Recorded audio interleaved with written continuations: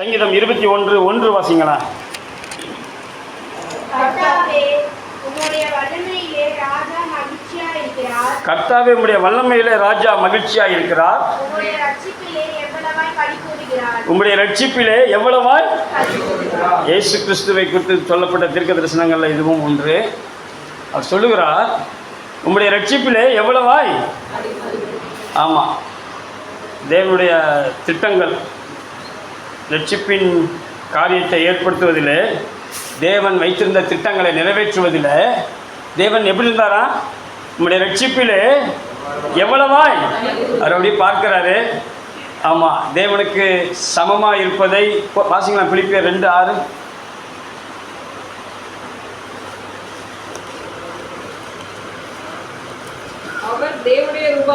அவர் தேவனுடைய ரூபமாய் இருந்தும் சமமாய் இருப்பதை கொள்ளையாடின பொருளாக எண்ணாமல் அவர் தம்மை தாமே வெறுமையாக்கி அடிமையின் ரூபம் எடுத்து மனுஷன் சாயலான. இதை பார்க்கிறார், இந்த ப்ராசஸ், இந்த காரியத்தை, இந்த திட்டங்கள் வகுத்ததை பார்க்கிறாரு. அவருக்கு அந்த ரட்சிப்பின் திட்டம் அவருக்கு எப்படி இருந்துச்சா, எவ்வளவாய். புரியுதா இல்லையா? ரட்சிப்பின் திட்டம், நம்மளை ரட்சிப்பதற்கு தேவன் இந்த மனுக்குலத்துக்கு வருவதற்கான திட்டம் தீட்டி வச்சிருந்தார் இல்லையா, ஒரு ப்ராசஸ் இருக்கு இல்லையா. அந்த ரட்சிப்பின் திட்டம் எப்படி இருந்துச்சு அவருக்கு, களி. ஆனால் அந்த களி கூறுதல் நிறைவு பெறுவதற்கு எபேசியர் 2:8 வாசிங்களா. இந்த ரட்சிப்பு பூர்ணமாகிறதுக்கு, அது அந்த பிரயாசம் நடந்து கொண்டே இருப்பதற்கு நம்முடைய ஒரு ப்ராசஸ் பண்ண வேண்டியிருக்கு. கிருபையினாலே அவர் செஞ்சு முடிச்சுட்டாரு. இப்போ மனிதர்களாகிய நாம் எல்லாரும் செய்ய வேண்டிய ஒரு காரியம் கிருபையினாலே விசுவாசத்தை.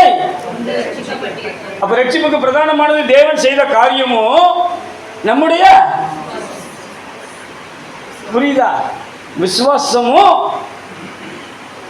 ரெண்டும் சேர்ந்தாதான் என்ன செய்ய முடியும், ஃபுல்ஃபில் ஆக முடியும். தேவன் செய்த கிரியை செய்து முடித்தாயிடுச்சு, அதை நம்ம செய்ய முடியாது. தேவன் செய்து வைத்து விட்டார் நமக்காக. இப்போ நான் என்ன செய்வதா சொல்லுங்களேன் சத்தமா. ஆனால் ரட்சிக்கப்பட்டாச்சு. ஆனால் நம்மகிட்ட வீழ்ச்சி இருக்குத, சில நேரங்களில் கோபம் வந்துடுத, சில நேரம் பாவம் வந்துடுத, சில நேரம் பேசக்கூடாத பேசணும், செய்யக்கூடாத செஞ்சிருந்தமே. ஏன் வாசிக்கலாம். 2 கொரிந்தியர் 4ஆம் அதிகாரம் 6ஆம் வசனம் நினைக்கிறேன். இருளிலிருந்து வெளிச்சத்தை பிரகாசிக்க சொன்ன தேவன், அவர் சொல்றாரு, இருளிலிருந்து வெளிச்சத்தை பிரகாசிக்க சொன்னார். அல்லேலூயா. இருளிலிருந்து வெளிச்சத்தை பிரகாசிக்க சொன்ன தேவன் இயேசு கிறிஸ்துவின் முகத்தில் உள்ள நமது மகிமையின் அறிவாகிய ஒளியை தோன்ற பண்ணும் பொருட்டாக. இப்ப பாருங்களேன், பிரகாசிக்க சொன்னவர் சொல்லிட்டு அப்படியே என்ன செய்யல, விடல, சொல்லிட்டு அப்படியே போகல. அவரு இருளிலிருந்து வெளிச்சத்தை பிரகாசிக்க சொன்ன தேவன் இயேசு கிறிஸ்துவின் முகத்தில் உள்ள மகிமையின் அறிவாகிய ஒளியை தோன்ற பண்ணும் பொருட்டு. எங்க தோன்ற பண்ணும் பொருட்டுனா வாசிங்க, தோன்ற பண்ணும் பொருட்டு. என்ன தோன்ற பண்ணும் பொருட்டு? இப்ப நம்ம இருதயங்களை தேவன் பிரகாசிச்சார். எத்தனை பேருக்கு விசுவாசிக்கிறீங்க? இப்ப யாருக்கு தோன்ற பண்ணணும்? அப்போ ஒரு கேள்வி எழும்பணும். புரியுதா உங்களுக்கு? இயேசு கிறிஸ்துவின் முகத்தில் உள்ள மகிமையின் அறிவாகிய ஒளியை தோன்ற எங்க தோன்ற பண்ணணும்? சத்தமா சொல்லுங்க. இருக்கிற ஜனங்களுக்கு பிரியமானவர்களே, தோன்ற பண்ணும் பொருட்டு தான் உங்களுடைய இருதயங்கள்ல பிரகாசித்தா. உங்களை சும்மா அழைக்கல. இந்த அழைப்பை பெற்ற நாம இருளுக்குள்ள இருந்தா எத்தனை வெட்கக்கேடான காரியம். என் கூப்பிட்டு சொல்லும் போது எனக்கு வெட்கமா இருக்கு. 4 வருஷங்க 2 கொரிந்தியர் 4:4.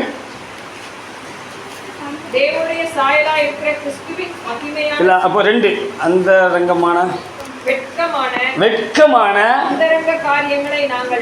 அவங்க வெறுத்தாங்களா? அப்போஸ்தலனாகிய பரிசுத்த பவுல் சொல்றார், நாங்கள் வெறுத்து தந்திரமாய், ஆமா, மற்றவங்களை விழத்தட்டுவதற்கு, மற்றவங்களையும் சேர்த்து பாவம் செய்வதற்கு தந்திரமான வார்த்தைகளை யூஸ் பண்ணி தேவ வசனத்தை கூட தனக்கு சாதகமா புரட்டாமல் சத்தியத்தை வெளிப்படுத்துகிறதுனாலே தேவனுக்கு முன்பாக உத்தமர்கள் உத்தமர் என்று விளங்க பண்றாங்க. பிரியமானவர்களே, இப்ப 1 வாசிங்க. எப்படிப்பட்ட ஊழியர்னு ஆரம்பிக்காரு?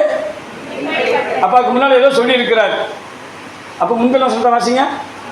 நாம் எல்லாரும் இலகுவாய் கர்த்தருடைய மகிமை கண்ணாடியிலே காண்கிறது போல கண்டு ஆவியா இருக்கிற கர்த்தரால் அந்த சாயலாகத்தானே மகிமையின் மேல் மகிமை அடைவதற்கு. ஆமா, ஒரு கண்ணாடியில வெளிச்சம் அப்படி பட்டுச்சுன்னா அது என்ன செய்யும்? சத்தமா சொல்லுங்க, பிரதிபலிக்கும். அப்படியா? அப்படிதானே? பிரகாசிக்கும், அது பிரதிபலிக்கும், அது காட்டும். அவர் சொல்றாரு, உங்க இருதயங்கள்ல தேவன் ஒரு மகிமையின் அறிவாகிய ஒளிய அவர் என்ன செஞ்சாரா? பிரகாசிக்க பண்ணிட்டாரு. வாசிங்க 6. எங்கள் இருதயங்களிலே பிரகாசித்துட்டார். நமக்கு அது சொல்லப்பட்டாயிற்று பிரியமானவர்களே. இப்ப நீங்க ஒரு வேலை செய்யணும், அதுக்காக அழைக்கப்பட்டிருக்கிறீங்க. இருளில் இருக்கிற ஜனங்களுக்கு உங்களுடைய இருதயத்தில் இருக்கிற வெளிச்சமானது மற்றவங்களுக்கு ஒளியை என்ன செய்யணுமா? தோன்ற. எத்தனை பேர் விசுவாசிக்கிறீங்க? எத்தனை பேர் விசுவாசிக்கிறீங்க? நீங்க உங்க வேலை ஸ்தலத்துல, உங்களுடைய வீட்டுல, உங்களுடைய உங்களுடைய பக்கத்துல, மேல் வீட்டுல, கீழ் வீட்டுல குடியிருக்கிற ஜனங்களுக்கு, உங்களுடைய தெருக்குள்ள இருக்கிற உங்களுடைய ஹவுஸ் ஓனர் யாரா இருக்கட்டும், அவங்களுடைய இருதயத்தில் அந்த ஒளியை உங்களால் என்ன செய்ய முடியுமா? அதுக்கு தான் உங்களை அழைச்சிருக்கிறார் பிரியமானவர்களே. அந்த வசனத்தை திரும்ப வாசிங்க. இருளிலிருந்து அவர் சொன்ன தேவன் இயேசு கிறிஸ்துவின் முகத்தில் உள்ள தமது மகிமையின் அறிவாகிய ஒளியை நீங்க தோன்ற பண்ணும் பொருட்டாக, நீங்க மற்றவங்களுக்கு தோன்ற பண்ணும் பொருட்டாக உங்க இதயங்களை அவர் என்ன செஞ்சாராம்? பிரகாசித்தார் பிரியமானவர். இந்த சத்தியத்தை சொல்லி இருக்கிறார். இது நிமித்தம் 7, 8 வாசிங்களா? இந்த மகத்துவம் உள்ள வல்லமை இது நம்மளால உண்டாகல, தேவனால் உண்டாயிருக்கிறது என்று விளங்கும்படி இந்த பொக்கிஷத்தை அது மண்பாண்டங்கள்ல தான் பெற்றிருக்கிறோம். மற்றவங்களாம் அற்பமா நினைக்கக்கூடிய இடத்துல நம்ம இருக்கலாம். இவங்கெல்லாம் தாய் எடுத்தவங்கன்னு சொல்லலாம், வெள்ளையை கட்டிட்டு திரிவாங்கன்னு சொல்லலாம், என்ன வேணா சொல்லிட்டு போட்டோம். ஆனா இந்த மண்பாண்டங்கள் என்னத்தை பெற்றிருக்கிறோம்? பொக்கிஷத்தை பெற்றிருக்கிறீங்க பிரியமானவர்களே. நீங்க ஒவ்வொரு இடத்துக்கு போகும்போதெல்லாம், நான் இருளின் பிள்ளைகள் இல்ல, நான் வெளிச்சத்தின் பிள்ளைகள் மாத்திரம் இல்ல, நான் ஒளியை தோன்ற பண்ண முடியும் வைத்திருக்கிறார். புரியுதா இல்லையா? இப்படிப்பட்ட சூழல்ல கஷ்டம் இருக்கும், பிரச்சனை இருக்கும். அதான் சொல்றாரு, நாங்கள் எப்பக்கத்தில் நெருக்கப்பட்டோம். இப்படி நம்ம சொல்லும் போது நம்ம இடத்துல குறைவுகள் என்ன செய்யும்? பூரணர் ஆகும்படிக்கு தான் நம்ம கடந்து போகணும் பிரியமானவர்களே. பூரணர் ஆயிட்டு நம்ம இங்கே என்ன செய்ய முடியாது. பூரணர் ஆகிறதற்கு, பரிசுத்தமாய் வாழ்வதற்கு, ஜெயிப்பதற்கு தான் நம்ம என்ன செஞ்சிருக்கோம்? அழைக்கப்பட்டு இந்த அடுத்து தேவனுக்குள்ள என்ன செஞ்சிருக்கோம்? வாழ்ந்துட்டு இருக்கோம். அவர் சொல்றாங்க, எப்பக்கம் நெருக்கப்பட்டோம், பிள்ளைகள் கீழ்ப்படியாம இருக்கும். பிள்ளைகள ஆமா, நீங்க கவலைப்படாதீங்க. உங்களால வெளிச்சத்தை ஒளிய தோன்ற பண்ண முடியும். எத்தனை பேர் விசுவாசிக்கிறீங்க? நீங்க மிகுந்த பலனுக்கு எதுவான உங்களுடைய தைரியத்தை என்ன செஞ்சிடக்கூடாதான்? வீட்டில் போய் வாசிங்க, எபிரேயர் 10:35. ஆகையால் மிகுந்த பலனுக்கு எதுவானது அது. அந்த தைரியத்தை நீங்க சோர்ந்துட்டீங்கன்னா பிசாசு உங்களை ஜெயிச்சிருவான். யார் வேணா எப்படி வேணா சொல்லிட்டு போட்டோம், நாங்கள் எப்பக்கம் நெருக்கப்பட்டோம், என்ன செய்யறதில்ல, ஒடுங்கி கலக்கம் அடைந்தோம், மனம் முறிவு அடையக்கூடாது. அப்படிப்பட்ட சூழல் இருக்கும், அப்படிப்பட்ட சூழல் இருக்கும். தேவன் சொல்லுவார், நீங்க விசுவாசிட்டீங்கன்னா நிச்சயமா தேவன் உங்களுக்கு ஜெயத்தை தர முடியும் பிரியமானவர்களே. எபேசியர் 1:19 சொல்லுது, வாசிங்களா? கிறிஸ்துவை மரித்தோரிலிருந்து எழுப்பி பலத்த சத்துவத்தின் வல்லமைப்படியே, அதே வல்லமைய இயேசுவான இடத்துல என்ன வல்லமைய தேவன் நடப்பித்தாரோ அதே வல்லமைய விசுவாசிக்கிறவர்களாகிய நம்மிடத்துல உங்களை என்னையும் குறித்து வேதம் சொல்கிறது பிரியமானவர்களே. அவர் ரட்சிக்க தானே வந்தாரு. அவர் ரட்சிப்பு அருளினரா இல்லையா? தேவன் செய்த காரியத்தை, ஆமா, அந்த ரட்சிப்பு நீங்களும் மற்றவருடைய ரட்சிப்புக்கு உங்களால் முயன்ற காரியத்தை செய்ய முடியும், ஒளியை தோன்ற பண்ண முடியும் பிரியமானவர்களே. நீங்க விசுவாசிக்கிறீங்களா?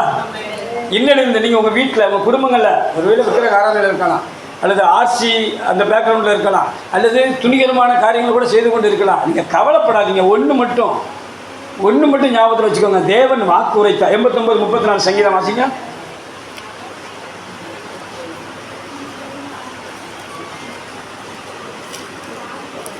உடன்படிக்கையை மீறாமலும் என் உடன்படிக்கையை மீறாமலும் என் உதடுகள் விளம்பினதை மாற்றாமலும் இருப்பேன். அவர் வாயை திறந்து சொல்லியாச்சுன்னா அதை வியர்த்தமாக்க நிறுத்த யாராலும் முடியாது பிரியமானவர்களே. ஆண்டவர் சொல்லுகிறார், ஒளியை தோன்ற பண்ண எவருக்கும் நம் தேவனால முடியும் பிரியமானவர்களே. உங்களை கொண்டு தோன்ற பண்ண முடியும், அங்கதான் இருக்கு. நீங்க அதை விசுவாசிக்கணும். நான் ஒளியின் பிள்ளைகள், வெளிச்சத்தின் பிள்ளைகள். நான் என் மகனுக்குள்ள, இங்க இருக்கிற என் சகோதரனுக்குள்ள, என் நண்பர்களுக்குள்ள இயேசுவினுடைய முகத்தில் உள்ள மகிமையான அந்த அறிவாகிய ஒளியை நான் தோன்ற பண்ணுவதற்காக என்ன செஞ்சிருக்கார் தேவன்? என் இதயத்துல பிரகாசித்திருக்கிறார். ஆகவே ஜாக்கிரதையா பேசணும். ஆகவே இனி ஜாக்கிரதையா. ஆமா, மரித்தோரிலிருந்து என்ன செய்யணுமா? எபேசியர் 5:14 நினைக்கிறேன். ஆதலால் அந்த வசனம், அந்த அதிகாரத்தை நீங்க வீட்டுல போய் ஃபுல்லா வாசிங்க. ஆதலால் தூங்குகிற நீ விழித்து மரித்தோரை விட்டு இதுவரைக்கும் நடந்திருக்கலாம், குறைவுகள் காணப்பட்டிருக்கலாம், பலவீனங்கள் காணப்பட்டிருக்கலாம். இப்ப ஆண்டவர் பேசுகிறார், சொல்லுகிறார் தம்முடைய வார்த்தையை கொண்டு, இப்ப தூங்குகிற நீ, மரித்து கிடக்கிற நீ இப்பொழுது விழித்து எழுந்துரு. அப்பொழுது உன்னை பிரகாசிப்பார் என்று சொல்லி இருக்கிறார். அவர் என்ன பிரகாசிப்பாரு? நான் மற்றவங்களுக்கு பிரகாசிப்பார். பிரியமானவர்களே, இப்ப வாசிங்க பிலிப்பியர் 2:14. நான் வீணாக ஓடினது, நீ இவ்வளவு நாள் பட்ட பிரயாசம் எல்லாம் வீணா போகாது. வீணாக ஓடினதும் வீணாக பிரயாசப்பட்டதும் இல்லை என்கின்ற மகிழ்ச்சி கிறிஸ்துவினாலே உண்டாயிருப்பதற்கு ஜீவ வசனத்தை பிடித்துக் கொண்டு சுடர்களை போல பிரகாசிக்க முடியும். பிரியமானவர்களே, எழுந்தா பிரகாசிக்க முடியும், விசுவாசித்தா பிரகாசிக்க முடியும். எத்தனை பேர் நம்புறீங்க? அதற்காக அழைக்கப்பட்டிருக்கீங்க. பிரியமானவர்களே, உங்களை கொண்டு தேவன் செய்கிற திட்டம் இருக்குல்ல, அது நிறைவேறாம போவதற்கு பிசாசு என்ன செய்வானா? மனக்கண்களை என்ன செஞ்சிருப்பானா? இதை வாசிங்க. இப்போ 2 கொரிந்தியர் 4:4. தேவனுடைய சாயலாய் இருக்கிற கிறிஸ்துவின் மகிமையான சுவிசேஷத்தின் ஒளி அவிசுவாசிகளாகிய அவர்களுக்கு பிரகாசமாய் இராதபடி, அவிசுவாசிகளாகிய அவர்களுக்குன்னு சொல்லப்பட்டிருக்கு. அது விசுவாசம் இல்லாத எல்லாருமே யாருதான்? கிறிஸ்தவன்கிற போர்வேல இருக்கலாம். எப்படி இருக்கலாம்? விசுவாசிங்கிற போர்வேல இருக்கலாம். ஆனா அவிசுவாசம் இருக்குமானா, நீங்க நம்பாம இருப்பீங்கன்னா உங்களுடைய மனதை அவன் குருடாக்கிட்டான் என்று அர்த்தம். பிரியமானவர்களே, இப்ப வாசிங்க, முடிச்சலாம். நீதிமொழிகள் 4:18. நீதிமான்களுடைய பாதை நடுப்பகல் வரைக்கும் அதிகமாய் பிரகாசிக்கிற. நீங்க கொஞ்சம் வெளிச்சத்தில் இருக்க மாட்டீங்க பிரியமானவர்களே. ஒரு அல்லேலூயா சொல்லுங்களா. முதல்ல அப்படியே ஆரம்பிக்கும் போது சூரியோதயம் எப்படி இருக்கும்? அப்படியே கம்மியா இருக்கும். 5:30 மணிக்கெல்லாம் நான் ஊருக்கு போயிருந்தேன். 5:30 மணிக்கெல்லாம் வெளிச்சம் வர ஆரம்பிச்சிட்டு நாகர்கோவில் பக்கத்துல. அவன் அப்படியே அப்படியே அப்படியே அப்படியே அப்படியே நீங்க பிரகாசிக்க உங்களுடைய வெளிச்சம் எப்படி இருக்குமா? நீதிமான்களுடைய பாதை நடுப்பகல் வரைக்கும் அதிகமாய் உங்களுடைய வெளிச்சம் அப்படி இருக்கும் பிரியமானவர்களே.